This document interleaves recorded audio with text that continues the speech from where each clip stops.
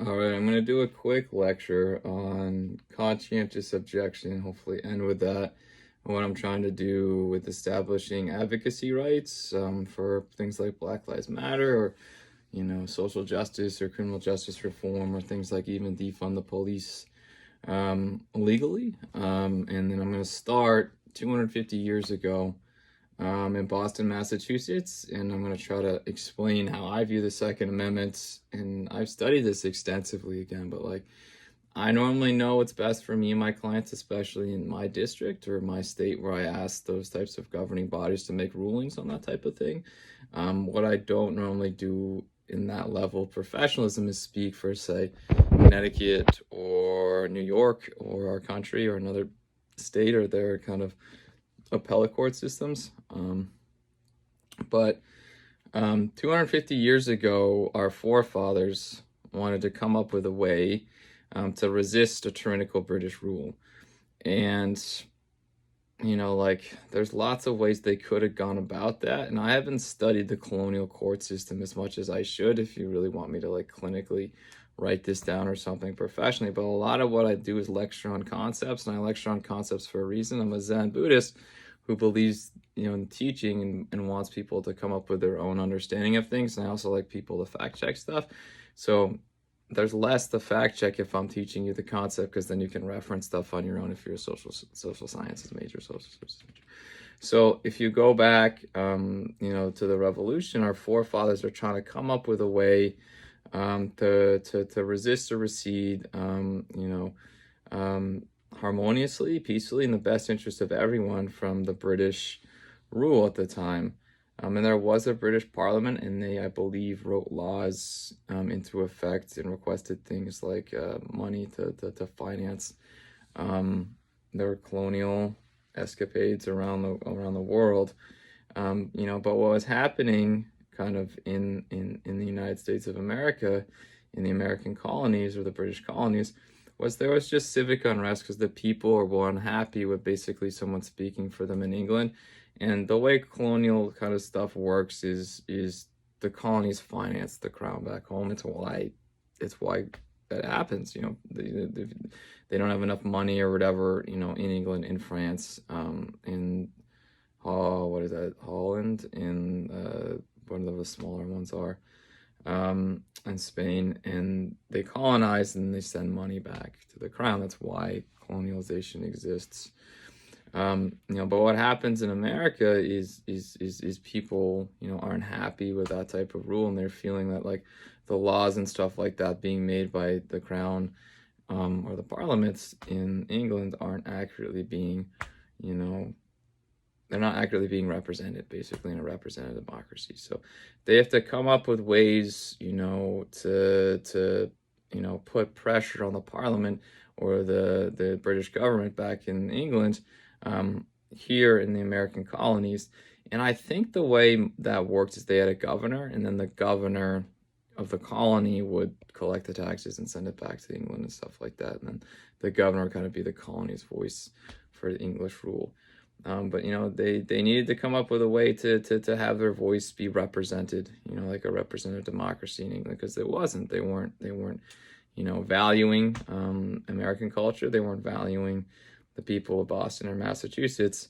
And what the forefathers came up with was a pretty cool way to kind of keep the court systems in place and not, and you can get caught up in the strategy, whatever, but basically have the least amount of people hurt, while they try to successfully, recede and keep structured government in place so America could be birthed. And that kind of ends with the Declaration of Independence and ends with kind of, martial law and militia service and stuff like that. But it starts with kind of conscientious objection or resistance through freedom of the press and, things that Paul Revere might have been printing and things like that. And the British response to that is to prohibit that type of stuff with stamps. So if you're selling something, there needs to be a stamp on it. So if you're selling a firearm, there needs to be a serial number on it, and then the serial number is licensed with ATF, and then ATF, the Internal Revenue Service taxes the sale, and then ATF would investigate, the sale or the alleged crime in this instance, and then our Senate and our House in Washington, and that judicial process writes into law and oversees that type of proceedings, that type of criminal court proceedings. But basically what I'm getting at is if there's a stamp, you can put the stamp on a car, like a safety inspection sticker, and then I have to register it, right? I have to register it and I have to pay the state of Vermont. You can put a stamp on, my printer, and then I have to pay the state of Vermont for the sales tax. I have to pay, the store employees with the wages and stuff like that. And then because I'm paying tax, they know essentially that the sale's existing, and they could prohibit it like a 3D printer or something like that, because it's a NV, Photoshop, whatever. So long story short, the parliament or whatever comes up with a creative way to limit, the consumer goods that are being produced and sold in the American colonies, and how to get paid for that. But what they're doing is, if I'm selling a newspaper, that needs to be taxed too, right? That's regulated, and that can be prohibited, by a structured government, and a structured government that exists in England.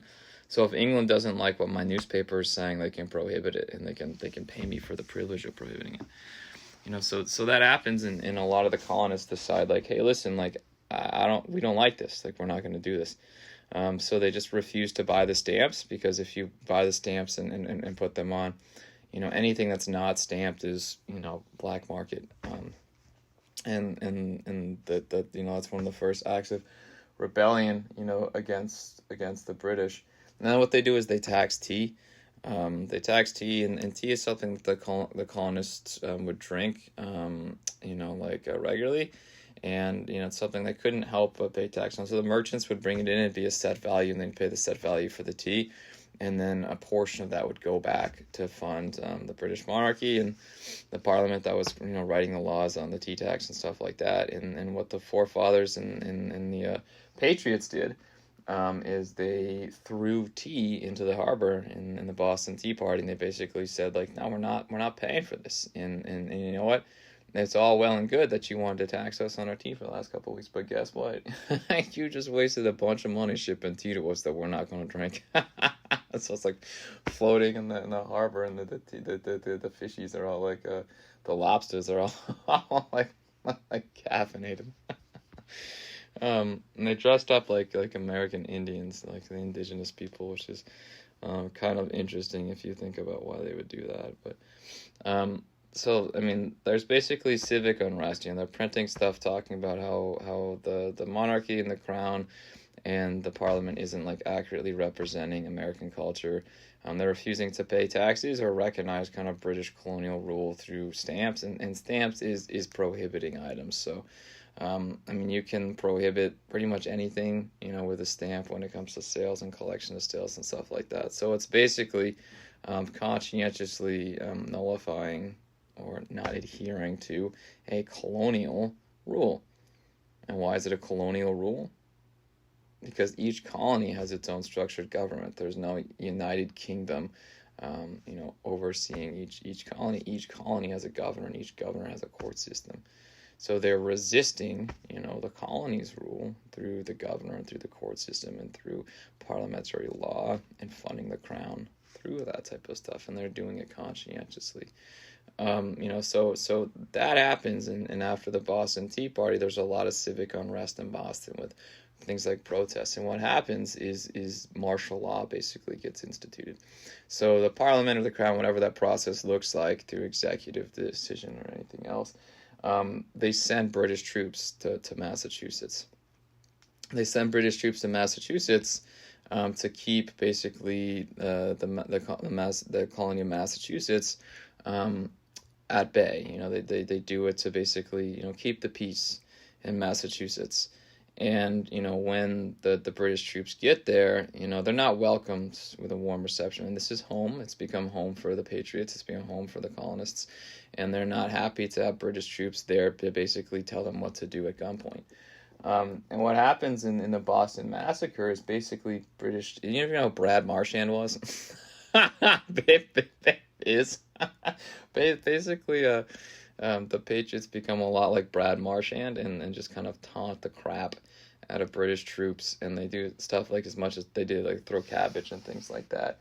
Um, and the Boston Massacre, what happens is there were some British troops deployed, I think, to kind of in response to some type of protest or free assembly, and they were being taunted, and cabbage was being thrown, and then the British, I think that's the shot that's heard around the world, the British shoot first, and then the colonists respond, and that's how the war kind of broke out. And Paul Revere, I think, owned a printing press. I think he was, a big part of free press in Massachusetts.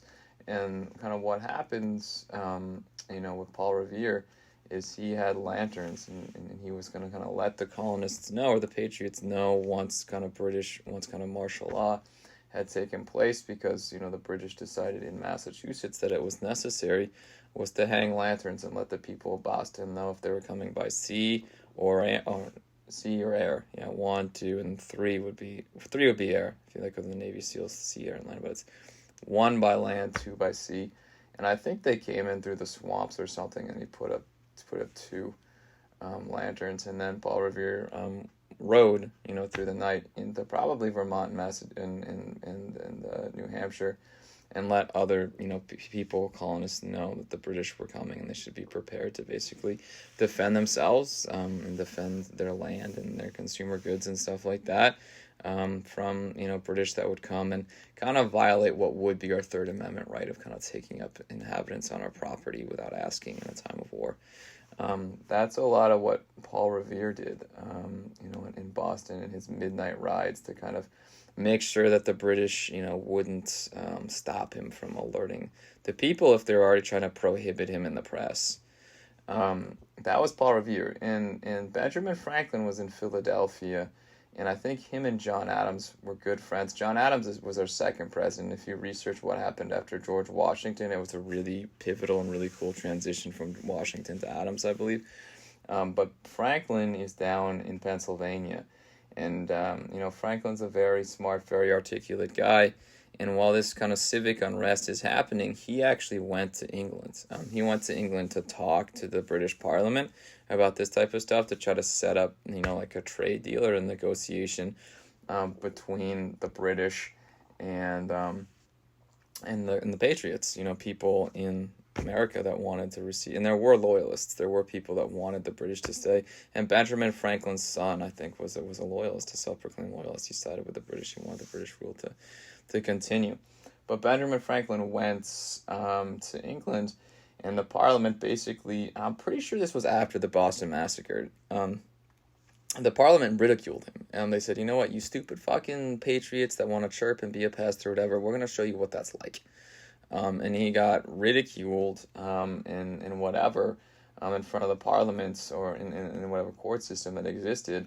And he just stood there in silence. And that's, what soon became like our Fifth Amendment right, as he was, under fire, under criticism. They wanted, Benjamin Franklin to say, we the people don't like you, we the people don't want you, we the people whatever. They wanted Benjamin Franklin to basically declare war or to commit treason against the British crown, and he didn't. He just remained silent and said, you know what, I don't think this is what's best for our colony, and I'm not going to kind of act out of hate. I'm going to stand here as the voice of kind of, our people or our colony, and not, put up with kind of, being badgered. I think it's kind of be an argumentative objection. And then shortly thereafter, I think the Declaration of Independence was signed. And if you look at kind of who signed it, there were people from each of the 13 colonies. And John Hancock was probably took a lot of the flack. He was the signature for Massachusetts to say, yeah, I'm a patriot, and with everything that's going on in Massachusetts right now, I'm the one that you want. And they put his name big up front center, and he was the only one, I believe, from Massachusetts that signed the Declaration of Independence. And that's kind of how the United States of America was birthed. That's how the Patriots tried to resist a tyrannical rule by the British Empire, whatever, monarch, parliamentary law, and taxation without representation. And they did it to avoid violence. They did it to avoid the necessity for the Second Amendment, and it started with free speech. So if you backtrack to the story that I just told, and then you take a look at kind of the Montpelier Tea Party and my subsequence or protest after with my safely stored firearm, and why I might have gone about that, not just to kind of like, have a flair for the dramatic and kind of get people talking about what patriotism actually means, to you in 2022 or 2021. If you think about why I went about protesting in such a manner, especially now that I'm trying to settle things in the courts, not in the court of public opinion, but I'm asking at this point, for the help of the public. Now, why do you think I'd go about in that manner constitutionally? So if our forefathers wrote our Constitution, we have a Vermont state constitution. I believe it was written in 1777, 1780. You'd have to check it out. It should say on the top of it. My Bill of Rights is on here on my wall. It says 1791, December 15th in force. I don't think it's completely accurate, though. It's not the original Bill of Rights. But why would I go about things like the forefathers did if I had a constitutional argument like we were talking about for defund the police, for Black Lives Matter, for social justice through tax withholdings, through constitutional rights to free speech and all that stuff that goes along with being an advocate? Well, all that stuff is a lot of common sense to us, right? Like, I should be able to talk about if I think Donald Trump is going to start abducting people, right? That's common sense. Or like, hey, I should be able to have a gun to defend myself if I really feel the need to. Like, that's common sense.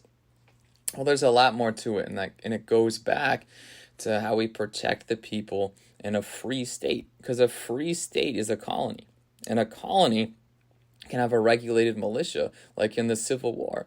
We had Vermont regiments in Gettysburg. We didn't have a free-for-all.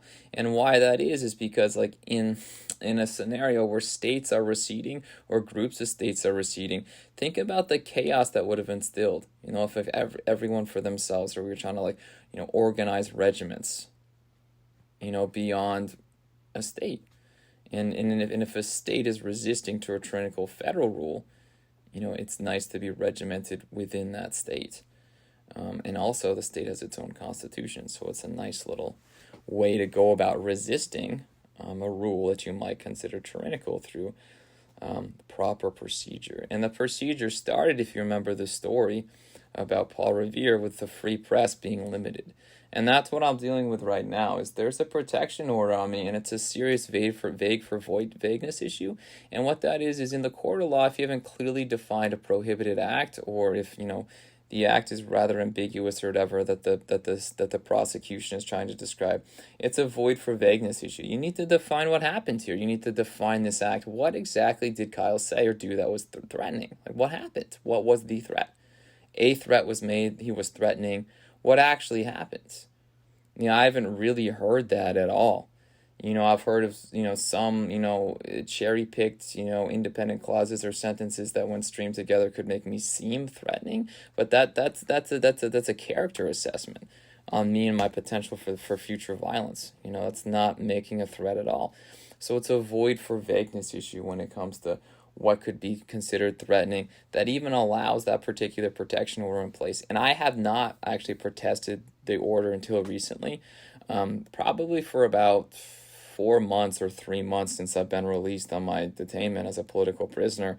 I've been adamant about, if somebody feels threatened, they deserve to be heard. I've worked with victims before. The two hardest things a woman will ever have to do is to come out as a victim of domestic violence or sexual assault, or to have to make a choice to terminate a pregnancy and end a life that they've started. And when you read things like The Yellow Wallpaper and understand postpartum depression or the feminine psyche, like, those are very difficult things. And I never doubt a victim unless it's my job to work with them to seek justice. And I would never, ever judge anybody for doing what they think is best, for their family, which is the future child or their body, or however they choose to view that. That being said, that's kind of neither here nor there. The real issue here is the fact that I never doubt a victim. So I say, okay, if this person's feeling threatened, that's fine, and I can prove my case beyond a reasonable doubt. But that's not the attitude that I take as a human services professional. What I was saying from the beginning is if you want some type of protection, that's fine if you feel that way. But I mean, most people that know me know I train women for free. In MMA, I give them free legal advice. I always ask to touch. I'm the world's sweetest, boyfriend. I don't think I ever cross boundaries when it comes to even, messaging people. Raising my voice is my threshold. I had to teach myself to argue passionately to make my partner feel a little more loved. And really, it's just telling me to sleep in my car. I'm a submissive guy when it comes to women. I wouldn't hurt a fly. I've never been violent my entire life. But beyond that character assessment, the real issue with this protection order is our freedom of speech. I'm a social justice advocate. I own a social justice firm. I advocate for a living. Beyond, that, how can the government limit someone's speech in the media? I mean, I've been violated something like 3 or 4 times for tagging a government official and asking people to talk to them about substance use disorder to enact social justice. I've been tagged for putting a political satire of a government official. Violated. I've been violated for discussing a government official, discussing someone that works for state government in a particular, branch or office. I've been violated for discussing what they do as a part-time politician. I don't discuss their actions in the community. I don't discuss their actions as a professional, whatever their other job might be. I don't discuss their personal life or their gender. I literally just discuss transactions of government. And if you look at, the Vermont State Constitution, there's an independent clause in the 13th article that actually says the freedom of speech, speech surrounding the transactions of government ought never be restricted. It says that right in our Constitution. So I've said that from the beginning, it's unconstitutional to limit my speech. In the last motion that I filed referenced a particular Supreme Court case where the Supreme Court kind of defines, that type of protest when it comes to a government entity, which actually was a military funeral and a Christian organization protesting the military, as kind of a stay-away order of 300 feet. Like, you can't stop someone from protesting, what the government's doing that's taking away our right to enact social justice. We the people are a representative democracy. When we're not feeling represented, we go through proper channels like the Patriots to enact social justice. You can't do it. You can't limit somebody's speech in the media. You can't limit someone's ability to protest. And I've been violated for protesting on the way back from a court, to try to hand in court, to respect the court and to attend court, to go through proper channels to be heard in the court of law and set up specific case law. I've been violated for protesting in Burlington when I went up there to see a hockey rink and see my family and see some friends, for protesting in a grocery store. I mean, my freedoms have been limited to the point that I'm not supposed to leave my apartment without letting state government know. And now they're saying, I'm such a threat to society that I need a court-appointed guardian to basically walk around with me, and whenever I say anything about government, put duct tape over my mouth. That's the level that I'm at with state government and freedom of speech right now. And I've said from the beginning, if the person feels threatened, that's fine. That's not my job to doubt them as a victim. But if you talk to me clinically, it's a bunch of malarkey. But constitutionally, you can't limit somebody's speech. You can't say that they can't protest. That's how tyranny starts. So you can see how, prohibiting my speech with a protection order is kind of like prohibiting a newspaper with a stamp. Suddenly the British say, hey, that newspaper doesn't have a stamp on it. We don't like what it's saying. Or we're not going to allow that stamp to exist on that newspaper. You can't sell it. And that's how the British limited speech in Boston in the press. And then, if they incarcerate Paul Revere for treason or something like that, it's how to silence him. It's how to silence him in the media. So what I'm trying to do with specific case law is establish, social justice advocacy firms, to establish, social justice, people and stuff like that, to have the ability to basically protest the transactions of government in the media. And I'm trying to do that at the state of Vermont level.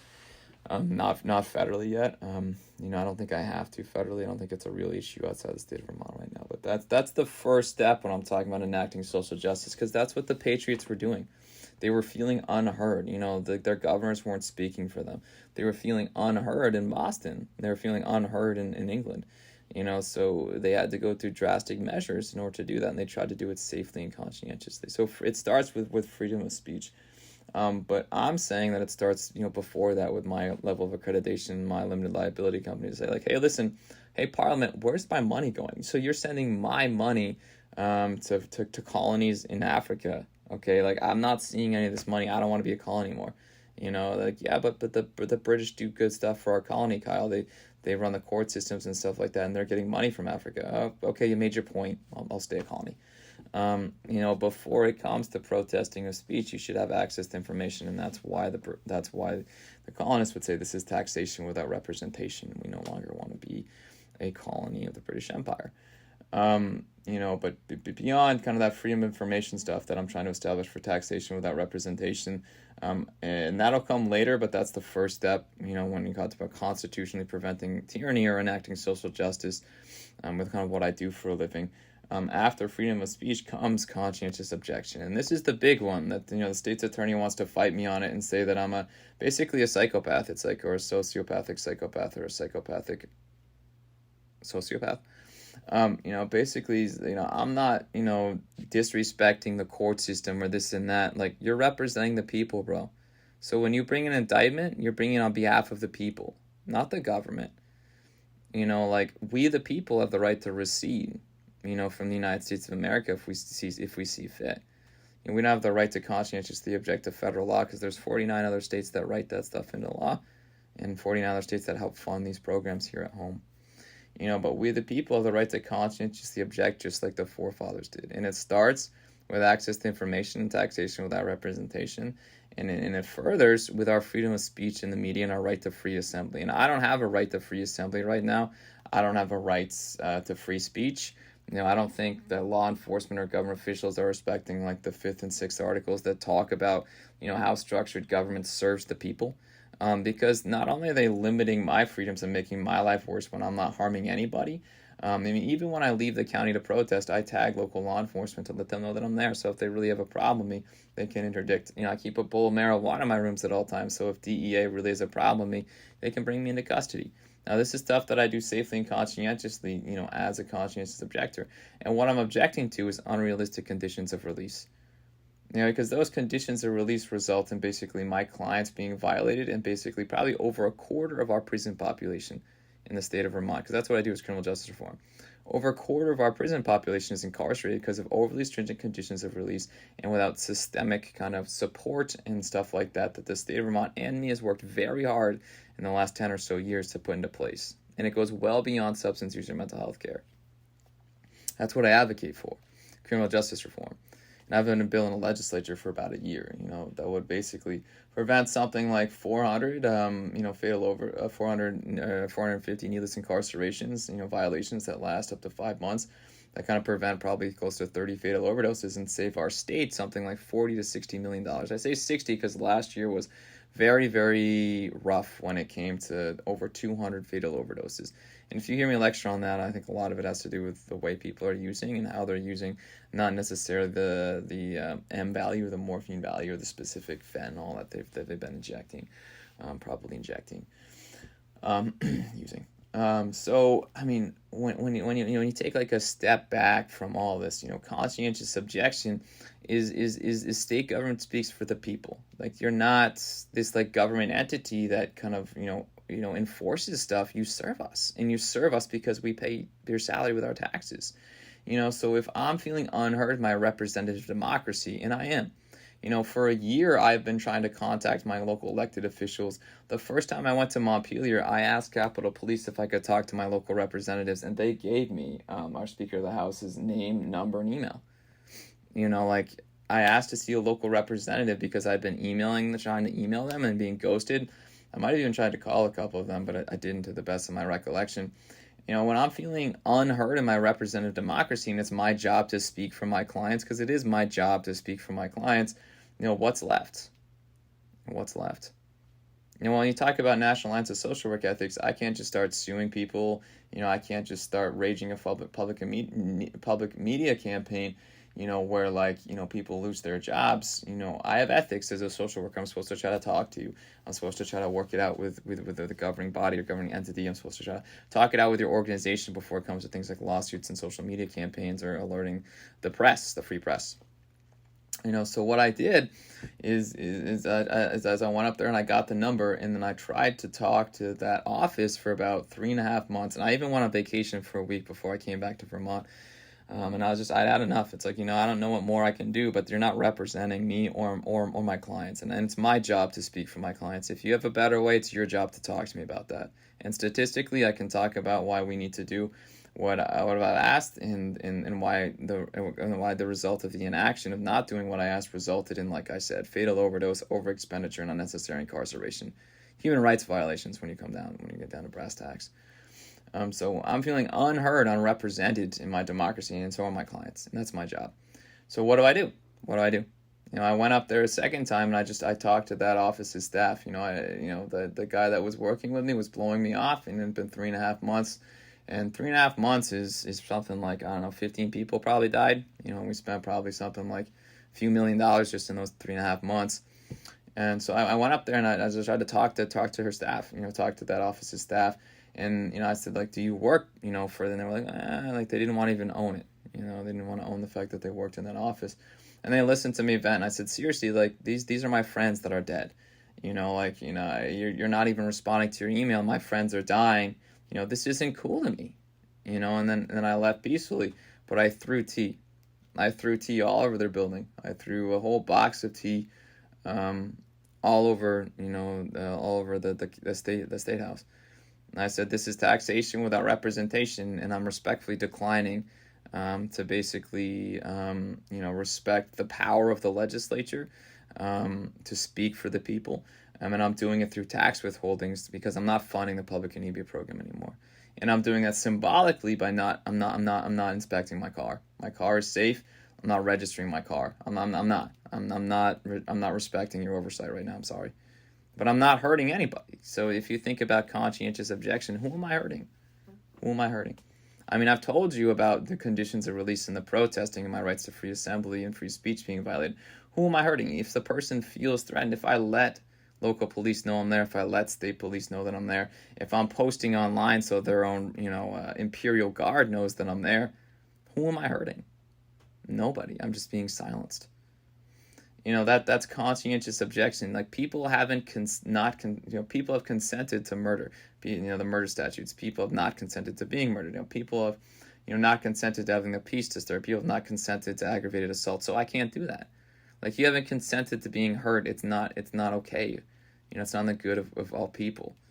But I've not consented, to these overly restricted conditions of release because they're doing more harm than good. And the governing body that I helped elect or tried to help elect is not speaking for me. They're not accurately representing me or my clients or any Vermonter or any person nationally that's paying taxes. Because the state of Vermont just received a $38 million bailout from Congress. And I'm not a part of that. I have not been paying taxes or trying not to pay taxes for well over 6 months. I have not been working in substance use in the traditional mainstream way for the entire year. That was an all-time high of fatal overdoses. This is me walking away from my chosen field of study and area of expertise in what I do professionally, because my coworkers' inaction resulted in those statistics. If they had done what I asked, Vermont would be a dramatically better place by now. So conscientiously, I'm not going to follow your overly restrictive conditions of release, and you know why? I have something like 10 or 13 violations of conditions. And constitutionally, it's not just silencing an advocate. It's not me setting up case law so we can do this type of stuff. Constitutionally, that's the legal argument, and that's why I bring up the Fore-fathers. That's why I advocate the way that I do. But clinically, overly restrictive conditions of release and the resulting violations represent or make up something like over a quarter of our Vermont state prison population and keep the need for a private prison contract in Michigan open. So when you think about, what defund the police really is, who amongst us has actually defunded the police? So who amongst us has started a riot because they're upset with police? So have we met the police? Have we changed the police procedure? Have we gone through proper channels for systemic change? This is what I do for a living. So when we're at wit's end, do we need to riot and things like that? That's destruction of private property. Who amongst us has consented to have our property destroyed without, none of us. It's civic disobedience. It's why a public safety effort needs to exist, in the police department. What we can do is stop paying our property taxes. But when you stop paying your property taxes, what happens? How do we run the city of Rutland without any property tax? So when there's a fire, I have to put the fire out. When there's a kid that needs to be taught a lesson in how to tune a Subaru motor, or a kid that needs to be taught a lesson of how to, do basic math or sociology or clinical social work, I need to teach. When there's a kid that's being mischievous without social programs, I need to do spray can art with them and buy them a slice of pizza. When there's someone struggling with substance use disorder, I need to run a Narcotics Anonymous meeting or give them basic cognitive behavioral skills. There's stuff that I have to do because no taxes are being paid to the city of Rutland. If you're not paying sales taxes or payroll taxes, it's an even bigger issue. So you have duties. That's why the 9th article says rights and duties. So your rights, as a safe gun owner, which is why I had the firearm, or your right as someone that can serve in a militia, service here thou or something like that is how it's written in the 9th article, is to conscientiously object through basically legislative law written into law by that body by not following those laws conscientiously, meaning you can't harm other people if they've consented to the law.